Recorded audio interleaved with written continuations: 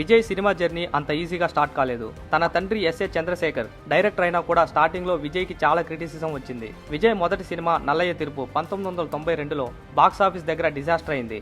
Early movies లో ఆయన acting, screen presence మీద ట్రోల్స్, నెగిటివిటీ ఎక్కువగా ఉండేవి.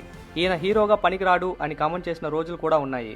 తర్వాత వచ్చిన సెంతూర్ పాండి, రాశిగన్ దేవా లాంటి మూవీస్ కమర్షియల్ గా కొంచెం హెల్ప్ అయినా తన సొంత గుర్తింపుని క్రియేట్ చేసుకోవడానికి చాలా స్ట్రగుల్ అయ్యాడు.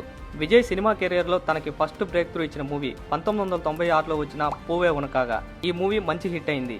ఈ సినిమాతో ఫ్యామిలీ ఆడియన్స్ కి, యూత్ కి బాగా కనెక్ట్ అయ్యారు. దీని తర్వాత వచ్చిన లవ్ టుడే, కాదలకు మర్యాదై, తుల్లాద మనం తుల్లుం, ఖుషి లాంటి సూపర్ హిట్స్ విజయ్ని ఒక రొమాంటిక్ హీరోగా మార్చేశాయి.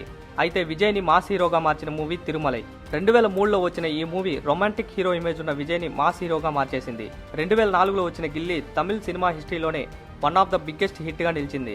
2007లో వచ్చిన పోక్రి విజయ్ మాస్ ఇమేజ్ ని పీక్ లెవెల్ కి తీసుకెళ్లింది.